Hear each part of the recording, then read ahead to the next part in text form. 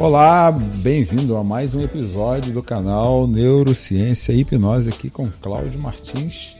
Se você ainda não me conhece, está me conhecendo por esse canal, você me acha na minha principal rede social, que é o Instagram, em @claudio.hipnoseclínica.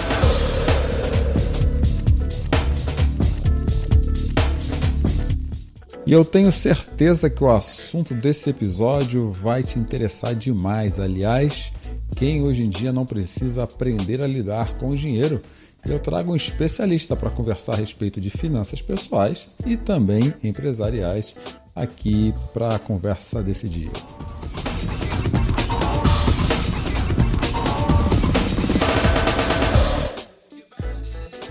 Hoje está comigo aqui Jackson Herbert. Ele é administrador especializado em finanças. Atualmente ele trabalha com finanças empresariais e também finanças pessoais. E eu já vou convidar aqui o Jackson para estar conosco e se apresentar melhor. Seja bem-vindo, Jackson. Obrigado, Cláudio. Agradeço a oportunidade aí, mas antes de começar, eu preciso falar um bordão que eu sempre uso. Os nossos usuários em comum, né, os nossos seguidores em comum vão lembrar muito bem, que é o Fala Jovem, sou eu mesmo. Para quem estava em dúvida, sou eu mesmo aqui falando um pouco de finanças. Agradeço novamente a oportunidade, acompanho o seu trabalho, Cláudio, e vejo que traz transformação na vida das pessoas. Isso com certeza é algo muito gratificante. E tem muito a ver esse negócio de mentalidade com a questão financeira. Basicamente, a questão financeira é mais mentalidade do que propriamente outra coisa, né? Porque a conta matemática do dinheiro é muito simples, é mais e menos, basicamente. Mas, verdade. Bom, como já foi apresentado, eu tenho 30 anos, sou administrador, estou há 15 anos atuando aí na área financeira. Tenho especialização em finanças mesmo, né? Gosto muito dessa área. Costumo dizer que eu não sei se eu gosto de finanças, porque é a única coisa que eu sei fazer, então eu gosto muito. Mas acho muito bacana e gosto de ajudar pessoas. Trabalho com empresas, né, com as finanças empresariais, mas gosto também das finanças pessoais, principalmente por essa sensação de transformação de vidas, Cláudio. Por que eu digo isso? Porque, assim, dentro de uma empresa é um processo, é terminar, a empresa ter lucro, a empresa no outro ano ter lucro novamente, no próximo ano ter lucro, ou reduzir o prejuízo e diminuir o prejuízo. Agora, na vida das pessoas, não. É você entender que a pessoa agora tem mais tempo para ficar com a família, é você entender que a pessoa chega à noite e consegue dormir. Então, por isso que as finanças pessoais me atraem tanto também, nessa transformação de vida. Jackson, falando em finanças pessoais, vamos caminhar por essa direção, eu convido você a caminhar comigo por ela. Nós acabamos de sair de um contexto de pandemia que mudou o cenário econômico mundial e continua mudando. Você saberia dizer quais são as principais dores das pessoas hoje, as dores financeiras nesse cenário atual, pós-pandemia, porque as coisas estão muito caras, né? A vida parece que ficou mais cara, o nosso dinheiro passou a valer menos. Do que você tem ajudado aí, visto as pessoas falarem, quais são as principais dores que têm aparecido para você? Então, Cláudio, são duas situações e são situações bastante diferentes, vamos dizer assim. Quando iniciou a pandemia, as pessoas que não tinham aquela reserva financeira que eu tanto falo, sempre comento, sempre escrevo, repito várias vezes esse mesmo assunto da reserva financeira, sentiram essa necessidade brutal de ter essa reserva financeira. A gente vê que o governo colocou dinheiro, deu dinheiro para as pessoas mais necessitadas ali com o auxílio emergencial, que realmente foi uma questão muito rápida do governo, uma resposta muito rápida, e ajudou muita gente. Muitas pessoas tinham dinheiro que não tinham há muito tempo, né? Em alguns casos, para você ter uma ideia, no início da pandemia, o auxílio de R$600 era 3 vezes o que a pessoa ganhava num mês normal. Então, essas pessoas, o que aconteceu com ela? Ela ficou muito rica, vamos dizer assim. Eram R$600 apenas, mas para ela é 3 vezes a renda. Então, qualquer pessoa que estiver nos ouvindo agora, que receber durante 6 meses 3 vezes a sua renda, vai ter uma melhora de vida significativa, certo? Só que existe um outro grande problema. As pessoas tinham dinheiro, só que as pessoas aqui no Brasil, pelo menos, não têm educação financeira. E o que acontece? Agora, caminhando para o fim da pandemia, o que aconteceu? Mesmo tendo auxílio, ou mesmo as pessoas gastando menos durante o período da pandemia, porque estava mais em casa, agora veio aquela percepção que pode ser um pouco perigosa, que só se vive uma vez, e eu vou comprar tudo aquilo que eu queria, né? A gente vê as pessoas novamente se endividando, comprando tudo aquilo que vê pela frente. Então a gente vê um aquecimento da economia, né? Que as pessoas estão confiando mais no varejo, vocês devem ter visto notícias disso. O varejo aumentou, e assim vai. A compra, os valores de carros, por exemplo, subiram muito, mas as pessoas ainda compram carros, as coisas estão caras. O mercado imobiliário está aquecendo absurdos. O imobiliário aquecendo demais, exatamente, está cada vez mais complicado. E qual que é o resultado disso? Você vê também a pesquisa que 8 em cada 10 famílias brasileiras estão endividadas. Sim. Simples assim. Sim. E você falou de enriquecimento agora há pouco. O enriquecimento que não é nem necessariamente a quantidade de dinheiro em termos de preço, né, de valor de dinheiro, mas é quando a pessoa ganha muito mais do que ela estava acostumada a ganhar. Isso é enriquecimento. Exatamente. Pelo menos foi o que eu entendi. Exatamente. E agora eu estou trazendo um pouquinho a sardinha aqui para a neurociência a respeito da sua fala, como a neurociência lê a sua fala, né? A pandemia, então, ela ativou um gatilho de escassez, e quando esse gatilho de escassez foi ativado, as pessoas começaram a gastar mais, porque a escassez é uma região que a gente não quer passar, né? Não quer viver, né? Exatamente. Então, assim, pense aquelas pessoas que faziam, agora num nível mais elevado de dinheiro, faziam a sua viagem para a Europa, por exemplo, todo ano. Ela ficou 2 anos sem fazê-lo. Você acha que o preço da passagem influenciou para que ela fosse? Não, ela foi, consumiu, e foi consumindo, para tentar suprir, basicamente, aquele tempo que, entre aspas, ela perdeu de pandemia e não pôde fazer aquilo. Se sentiu privada. O mercado... Exato, se sentiu privado, exatamente. Como é que eu tenho dinheiro para fazer minha viagem ou para qualquer outra coisa, até em escala menor, e não posso fazer? Como que isso pode ter acontecido? Tudo isso vem também da falta de educação financeira, né? E você percebe que, mesmo numa pandemia, onde você não sabia se o seu emprego continuaria, se a sua renda continuaria, agora você sai de uma pandemia, né? Estamos aí no final de uma pandemia, e não fazendo aquela reserva de emergência que eu tanto falo. Ou seja, se tiver outra pandemia, Deus nos livre disso, mas se tiver outra pandemia, vai ter o mesmo problema. Uma dependência de um auxílio do governo, muito provável, e quando volta o consumo para poder recuperar aquilo que perdeu. Deixa eu ver se eu entendi então, Jackson. Lidar com dinheiro depende de uma mentalidade financeira adequada. Perfeitamente. É isso, lidar com dinheiro depende da mentalidade. Exatamente. Corre o risco da gente repetir os mesmos erros. Como já disse alguém aí, que eu não sei quem é, alguns dizem que é Einstein que fala isso, você não pode querer ter resultado diferente fazendo a mesma coisa.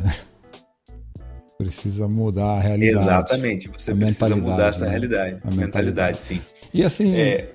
pode falar, Jackson, por favor. Não, na verdade, sim. Para algumas pessoas, a pandemia realmente trouxe essa... Foi um golpe forte, mas trouxe essa mentalidade. Poxa, eu preciso organizar minhas questões financeiras. Porque eu percebi que na pandemia tal, dependi de algumas coisas que não imaginava depender, né? E outras pessoas não, continuam repetindo realmente o processo. Tá, eu quero perguntar para você já, quero que você nos ajude a entender como sair das dívidas nesse cenário atual de coisas muito caras e o dinheiro valendo menos. Mas antes disso, eu queria que você desse para a gente aqui uma dica. Quais são hoje os principais vilões do endividamento? Os principais vilões do endividamento. Parece besteira, mas assim, um grande vilão do endividamento é o Instagram. Um Instagram? É o Instagram. Rapaz, fala isso comigo não, eu vou acabar com o meu Instagram. Mas por que eu digo isso? Então.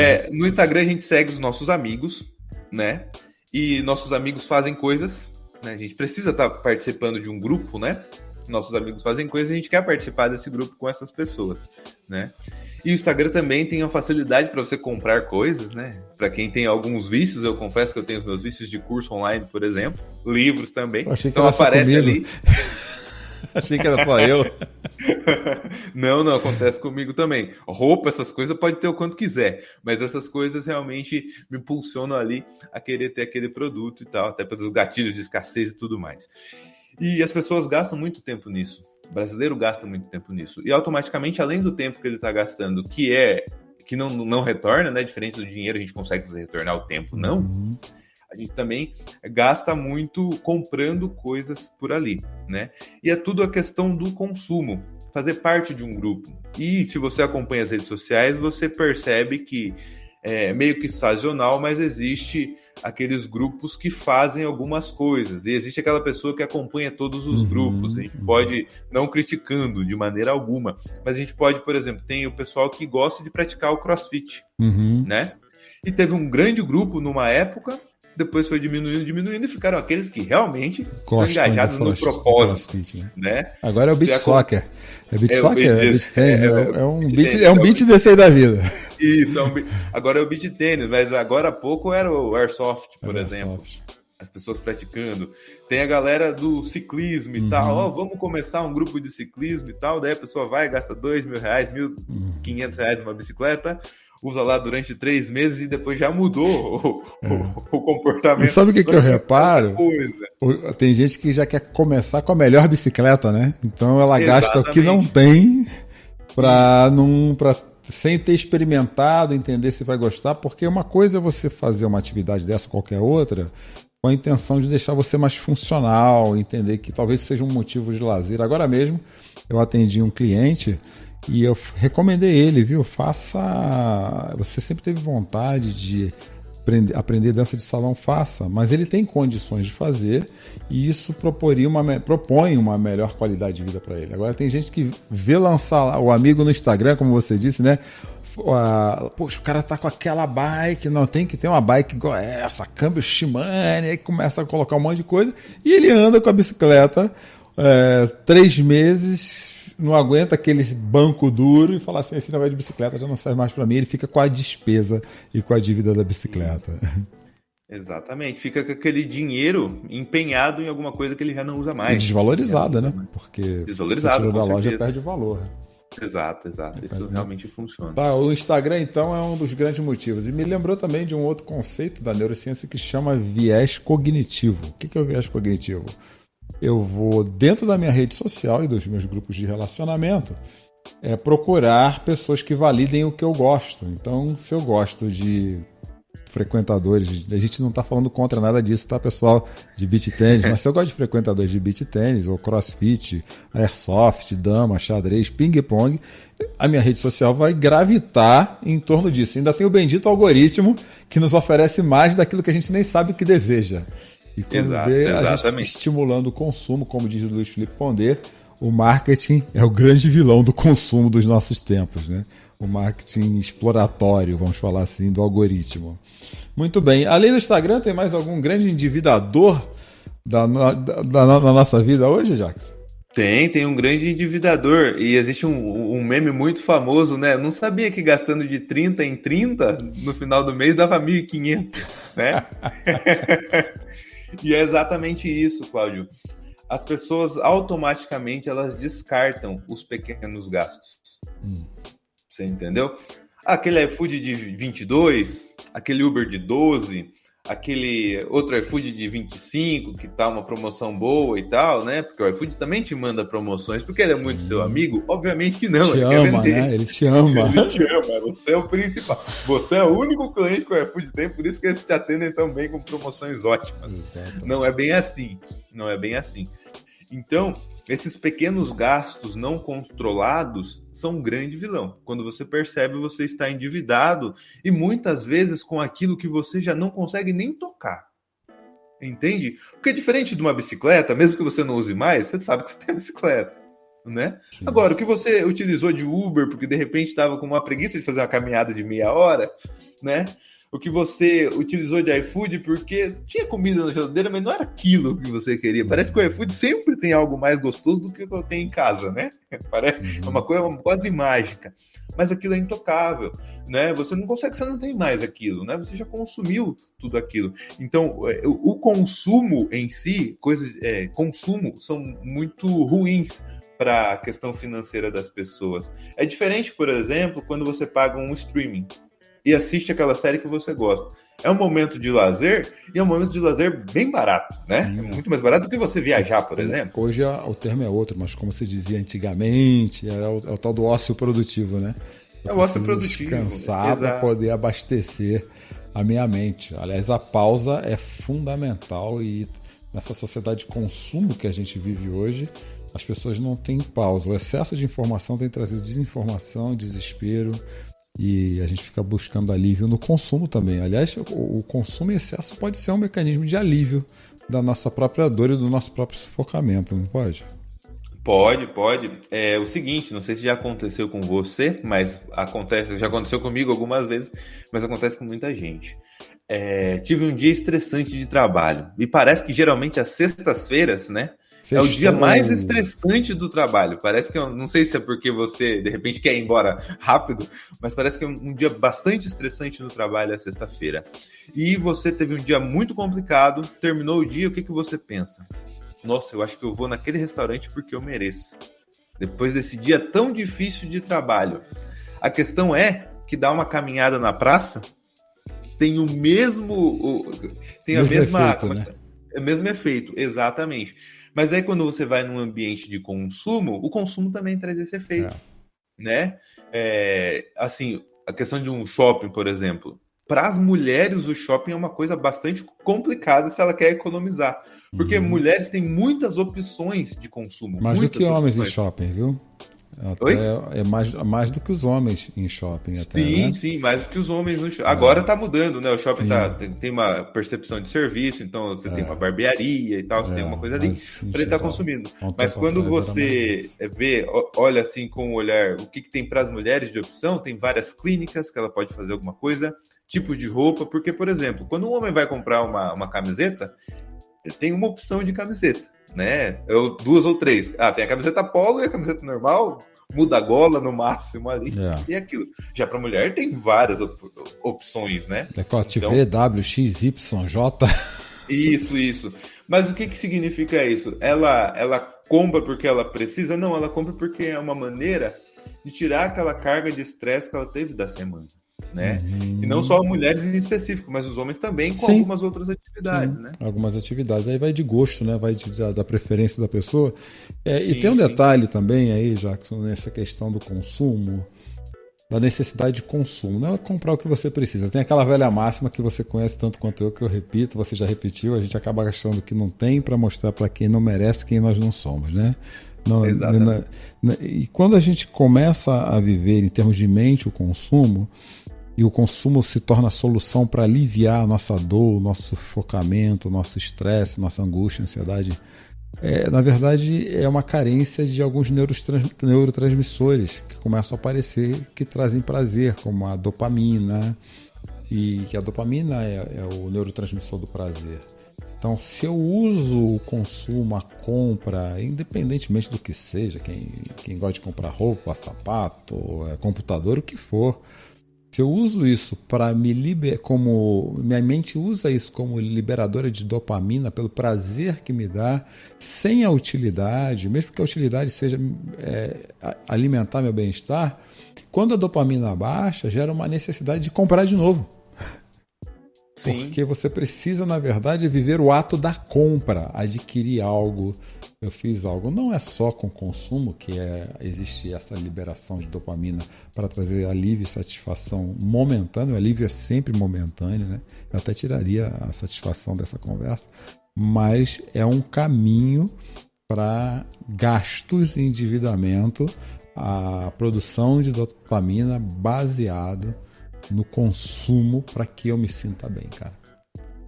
Sim. A gente falou muito de dívida. Vamos lá. Como que alguém endividado começa? Quais são os primeiros passos para alguém endividado ou alguém endividada sair da sua dívida? Sim, o primeiro passo, ó, como você vai ver que nesse primeiro passo é uma coisa, a questão da mente mesmo, né? O primeiro passo é definir o que você quer para sua vida. Por que eu digo isso, Cláudio? Por que você quer deixar de ser uma pessoa endividada? Porque, de certa forma, uma pessoa endividada e uma pessoa não endividada, ambas tendo saúde, ambas não têm nenhum prejuízo, entende? Não há nenhum prejuízo na saúde física da pessoa, por exemplo, mas há um grande prejuízo mental.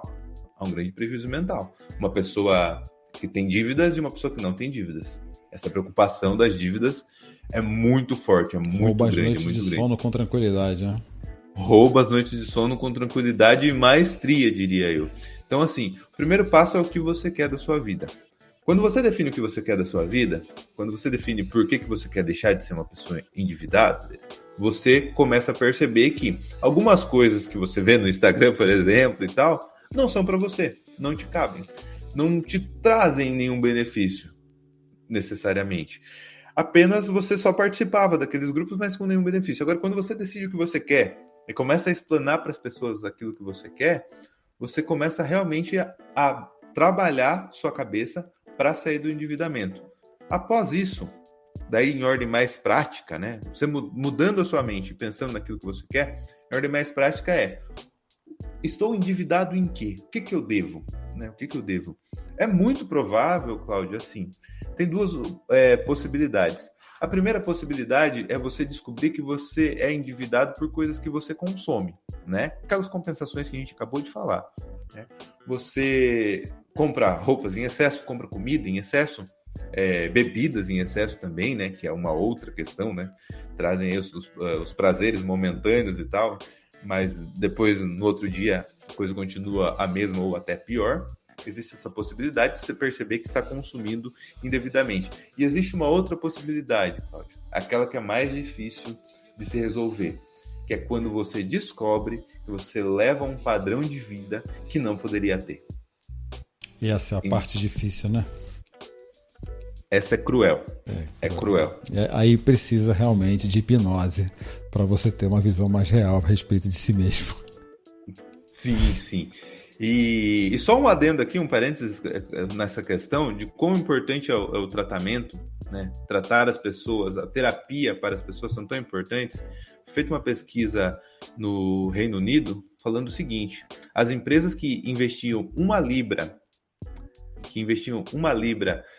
em terapia dos seus funcionários, né? Terapia e tudo mais, elas tinham de retorno em média 5 libras. Então, quer dizer, como envolve dinheiro, né? Por que eu digo isso, Cláudio? A terapia em si, ela traria de volta 3 libras a cada libra investida. Por quê? Aquele funcionário que faz a terapia, que tem esse controle, entende as situações que ela tem na cabeça, da mente dela, na vida dela, é um funcionário que vai trabalhar essas coisas e vai trabalhar mais focado. Perfeito. Vai produzir mais. E mais, ele vai continuar na empresa, né? Porque existem o problema da rotatividade dos seus funcionários dentro das empresas, né? Que o cara não aguenta e sai, né? Tipo, ele tem outros problemas na mente dele e ele sai. Existe o problema que o funcionário começa a faltar. Isso, sem dúvida, é um custo para a empresa. E tem um outro problema, uma definição que eu até então não conhecia, que é o presenteísmo. O que é o presenteísmo? É o cara no trabalho, produzindo muito menos do que ele poderia produzir. Ele está ali, como diz, só de corpo presente, né? A mente dele não está ali, né? Perfeito, a mente dele não está ali, né? Então, as empresas que tratam isso... Traz a mente do cara para o trabalho. Exato, traz a mente do cara para o trabalho, com isso tem mais lucratividade. Então, a mente boa, realmente, ela traz mais dinheiro para as pessoas. Né? Você sabe que você falando agora indo para esse caminho das empresas, eu tenho contato com alguns empresários, alguns na área de RH, e eles têm conversado bastante a respeito de um novo setor nas empresas, na área de desenvolvimento humano, que é um setor terapêutico. Eles pagam terapeutas para poder cuidar dessas questões na vida dos funcionários, principalmente nos cargos de gerência, esses cargos de maior escalão, porque eles entendem que se tiver lá o hipnoterapeuta, o psicólogo, o psicoterapeuta, vamos usar a palavra genérica, essa pessoa é cuidada, ela evita um burnout, ela evita um estresse agudo de trabalho, uma doença de trabalho, E isso aumenta a produtividade. Eu conversei isso, cara, eu acho que faz 2, 3 meses. Aliás, um mês atrás eu conversei com outro amigo empresário. Ele fala, as grandes empresas estão investindo no desenvolvimento humano na área de cuidado da mente. Você acredita? Sim, sim, eu acredito perfeitamente. E o que que isso liga, Cláudio, naquela questão que a gente falou das pessoas que têm um padrão de vida que não deveriam ter?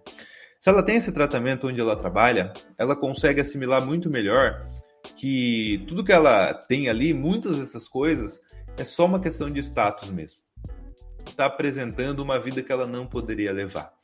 E acaba que, embora seja um corte duro, não estou dizendo que vai facilitar só porque você está tendo esse tratamento, mas com certeza vai ser mais fácil você assimilar por que você pegou um carro inferior, por que de repente você até mudou para uma casa menor, para um bairro um pouco mais distante daquele do centro ali, que se torna um pouco mais barato, né? Questões mais periféricas e tudo mais.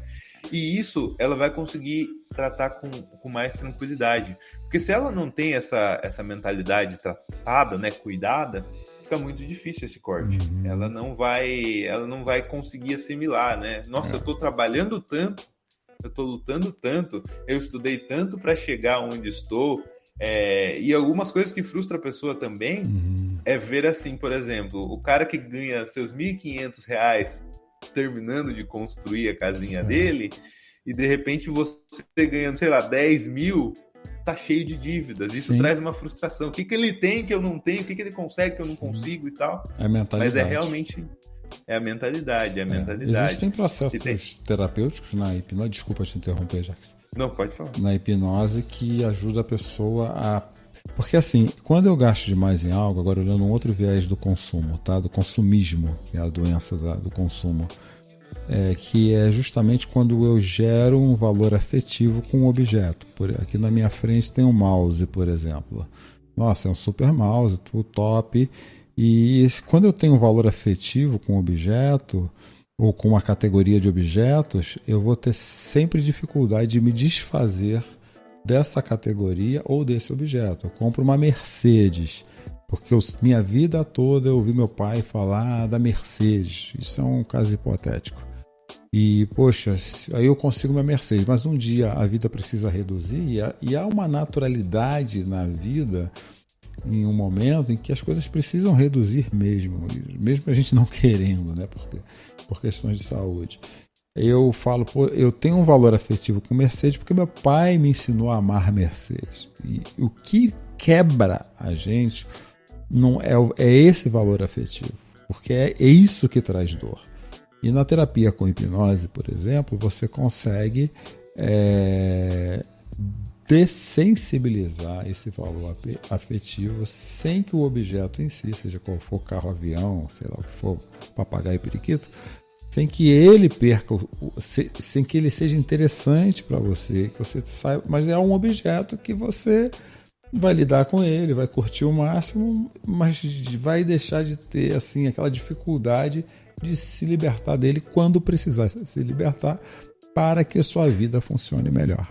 Entendeu? Então, o valor afetivo que a gente dá às coisas é o que machuca, que na mudança traz a dor e o sofrimento. Sim, sim. É que entendo isso porque existe também o vínculo do quanto você lutou para ter aquilo, né? Como é que eu vou vender o meu carro que eu lutei tanto? Como é que eu vou vender minha casa que eu lutei tanto para ter? E meio que, não sei se essa interpretação faz sentido, mas parece que aquilo que você conquistou é meio como se fosse você, né? Isso se chama de animismo. Parte de mim. Animismo. A gente dá vida a objetos. Isso aqui é como se fosse um órgão meu, esse carro, porque de tanto que eu me esforcei para tê-lo, né? Órgão é uma boa. Se tirar o órgão, eu não vivo mais. Exato. Mas já que a gente falou bastante de gastar dinheiro e dos endividamentos, e como que as pessoas fazem hoje para guardar dinheiro? Por que é tão difícil essa história guardar dinheiro? Guardar dinheiro é uma história difícil porque tem aqueles que não guardam, né? Tem aqueles que guardam e tem aqueles que guardam e guardam mal, entende? Porque existe essa possibilidade também, guardam errado o dinheiro. E o seguinte, como é que faz para guardar dinheiro? É uma grande questão.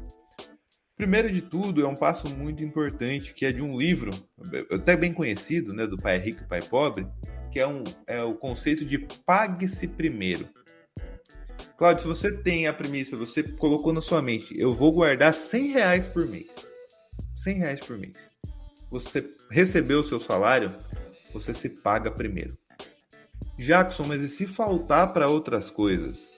Aí eu vou dizer uma frase que você já deve ter ouvido alguma vez na sua vida. Se vira, dá um jeito. Dá seus pulos. Vende aquela bicicleta que você comprou e não está usando. Entende? Se desprenda daquilo. Se é isso que você tem na sua mente, né? Eu sempre falo para as pessoas, olha, começar a guardar dinheiro é se pagar primeiro e ter uma meta. Fantástico. Tem uma meta. Qual que é a primeira meta que você deve traçar? Se você não tem nada guardado, a primeira meta é a sua reserva financeira, que eu sempre falo e vou repetir até os últimos dias de vida. Por quê? Sua reserva financeira. O que é essa reserva financeira? É um colchão em dinheiro ali, a toque de caixa que você pode acessar a qualquer momento que precise para as emergências, para te proteger de você mesmo, basicamente. Por que eu digo isso, Cláudio? Essa reserva de emergência constitui o quê? Para simplificar aqui, se você ganha R$5.000 por mês, você tem que ter 6 vezes esse valor. Ou seja, como se você ficasse 6 meses sem trabalhar, você conseguiria se manter com aquele dinheiro. Essa seria a reserva mínima que você reserva recomenda. Mínima, exatamente. Seja lá R$30.000. Beleza? Chegou lá. Vamos dizer, Cláudio, que você teve a oportunidade de ir para a França. Ou se programou, vai fazer uma viagem para a França e tal. Chega lá, vai ter um jogo de tênis, por exemplo. Você gosta de tênis, ok? A final do tênis. Você não sabia que tinha, porque não era uma coisa que ia passava na sua mente de assistir, mas apareceu lá com o Federer, seja lá quem for que você goste mais. Federer aposentou. Então, quem sobrou agora, o Federer não vai dar mais, tem que voltar, né? Brincadeira, vai lá, segue em frente. É o seguinte, você tá lá, você se planejou, mas não se planejou para esse ingresso de €1.000, ok? Se você tem esse colchão financeiro, você aproveita essa oportunidade e depois você repõe. A reserva de emergência nem sempre é para emergências necessariamente. Para resolver o problema, né? Às vezes é para dar prazer também. Também, às vezes são oportunidades únicas que você tem para fazer alguma coisa. Entende? A reserva pode te ajudar nisso. Então, por isso que eu brigo muito com as pessoas. Pague-se primeiro e tenha como meta a sua reserva financeira. Isso é uma forma que vai te ajudar a pensar em possibilidades também de ganhar mais dinheiro. Entendeu? Quando você se vê meio sem saída, você começa a pensar em ganhar mais dinheiro. E hoje, com a internet, tem tantas possibilidades de ganhar mais dinheiro. Hoje você, na OLX, por exemplo, pode vender muitas das coisas que para você já não tem serventia e pode fazer um bom dinheiro com isso e comprar outras coisas ou até trocar naquilo que você precisa. Tem o Facebook Market, tem Mercado Livre, opção não falta, né, cara? Opção não falta para você fazer isso. A questão é que quando você não tem essa meta de pagar-se primeiro e se virar para o depois, o que acontece é que você vai deixar por último aquele sonho que você quer tanto conquistar, que é da reserva de emergência ou seja lá o que for. Entendi. Entendeu? Tem um negócio, já que você está me chamando a atenção aqui, que aparece para mim na hipnose, né? Eu vejo que existem crenças que limitam as pessoas de terem uma mente próspera, porque se pagar primeiro é um mindset de prosperidade. Com certeza. Entendeu? E tem gente que acha que não é merecedora. Essa semana aqui no meu canal do Instagram, lá no meu canal, né, que a gente está no Spotify, eu falei só sobre fobia. E você sabia que tem uma fobia relacionada ao dinheiro? Que as pessoas têm medo, não gostam da sensação de pegar no dinheiro, porque lá na infância dela, os pais falaram que dinheiro é sujo, dinheiro é sujo. Eu mesmo cresci ouvindo dinheiro é sujo. Só que esse sujo, embora que eles falassem do papel que passa na mão de todo mundo, dentro da nossa consciência, no subconsciente, fica registrado que dinheiro, a moeda de troca, isso é sujo. Fica sempre associada à sujeira. E esse é um dos exemplos de problemas de crença limitante ligados à fobia. Tem outras que faz com que as pessoas tenham uma mentalidade fechada para a prosperidade. Elas não conseguem se pagar, não acham justo. E já fiz várias sessões e perguntei na sessão de hipnose, você se considera merecedor ou merecedora desse dinheiro? A pessoa chorava, entrava em desespero e sempre aparecia uma crença ou uma fobia relacionada ao dinheiro. Qual que é a importância de uma mente próspera para que você aprenda a guardar e investir, inclusive, seu dinheiro, né? Sim. Seguinte, a questão do dinheiro que você falou faz muito sentido, né? Principalmente na infância você forma esse caráter, né? E existem algumas questões que, por exemplo, se você tem um irmão, né, e seus pais lidam com dinheiro de alguma forma, existe a possibilidade, por exemplo, de você repetir exatamente aquilo que seus pais faziam, entende? E existe a possibilidade também de você fazer totalmente ao contrário, né? Você ter pais muito gastadores e você perceber aquela escassez de coisas que você tinha na casa devido a esse comportamento gastador e se tornar aquele poupador compulsivo, que também é um problema. Não pense você que guardar muito dinheiro é bom, porque dinheiro é para ser usado. Dinheiro é para ser investido, para você usar no futuro, mas é para ser usado de alguma forma. Só guardar dinheiro por si só não adianta nada. Se você não vai usar, você tem... O que adianta? Cláudio, vou te dar 10 milhões de reais, só que você não pode usar. Então não me dê, né? Se eu não posso... Opa, uns rojões aqui. Então não tiroteio aí? Essa frase foi bombástica, eu acho. Foi boa. Foi muito boa essa frase. Mas o seguinte, primeiro que você precisa entender quais os benefícios o dinheiro pode trazer. Não só para você, né? Existe um caso de um homem que ele tinha essa limitação porque a mãe dele dizia que quem tem dinheiro é ganancioso. É ganancioso. Quem tem dinheiro é ganancioso. Só que existe uma grande diferença, né, entre ser ambicioso e ser ganancioso. Sim. Aliás, o Cortella tem uma definição muito boa sobre isso aí. Sim, perfeito. Ele tem mesmo, exatamente. Mas assim, a questão de ser ambicioso é querer mais para a vida, querer melhor, querer mais conforto. E nisso não tem problema algum, porque senão você morre agora, né? Se eu não quero mais nada da minha vida... Tem a ver com nossos sonhos, né? Não preciso viver, né? Exatamente. A gente precisa ter sonho com dinheiro.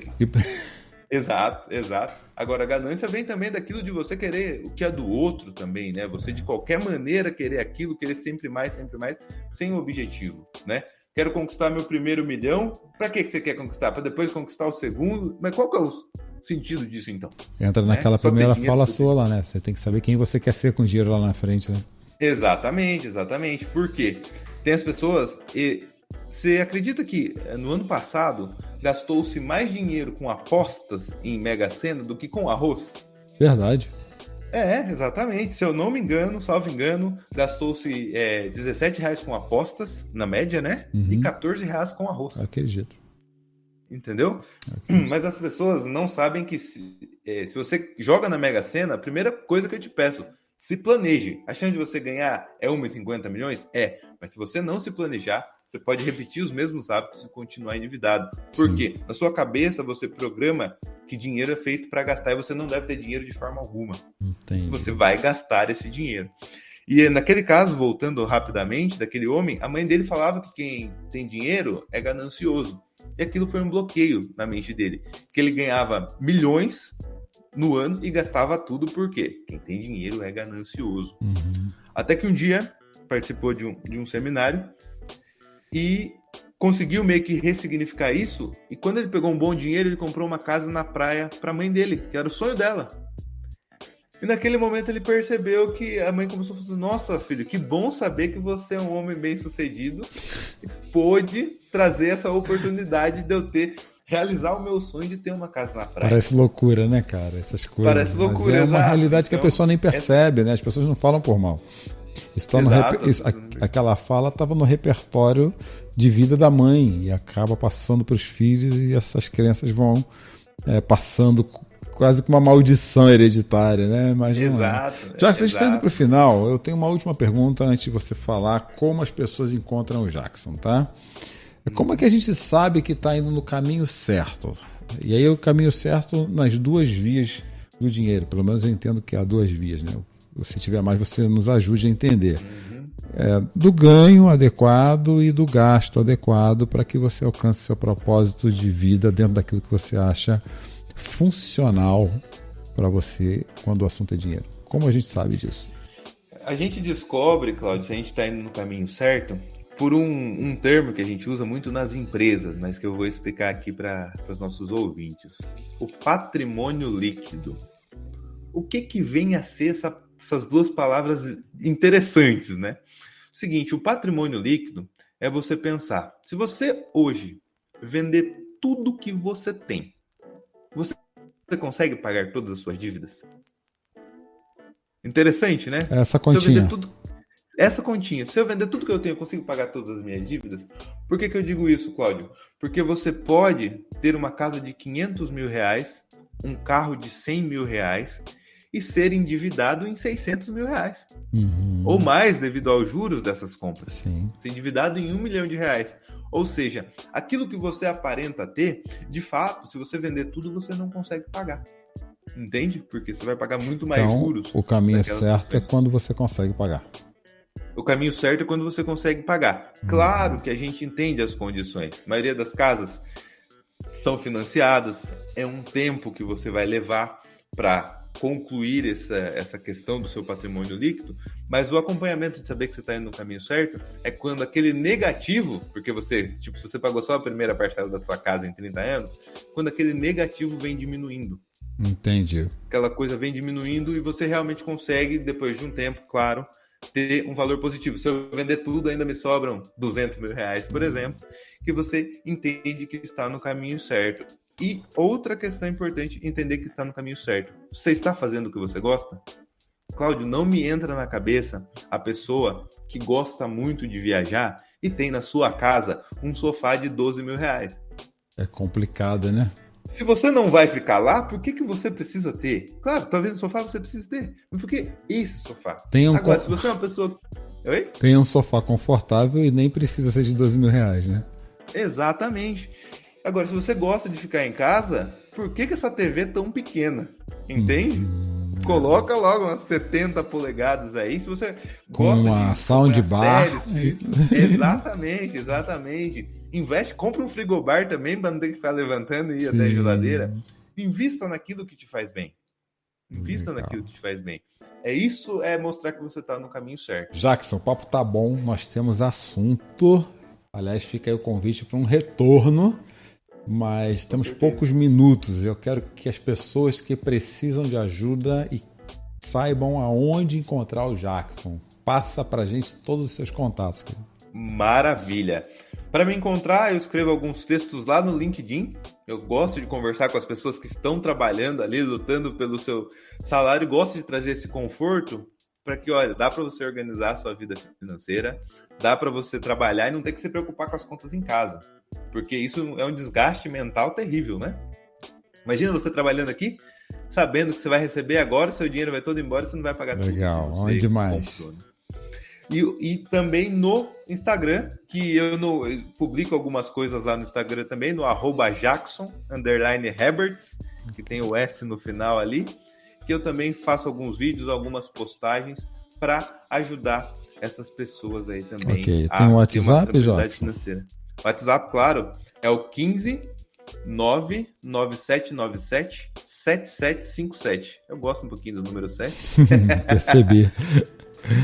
Tá joia. Eu agradeço, Jackson, esse programa maravilhoso. E vocês que nos ouvem aqui, têm ouvido o nosso podcast, comenta, manda comentário, me chama nos meus contatos, nas redes sociais do Jackson, para que a gente tenha um feedback de quanto esses assuntos que temos trazido de neurociência, vida com hipnose, tem ajudado vocês. Jackson, um grande abraço, um abraço na esposa, viu?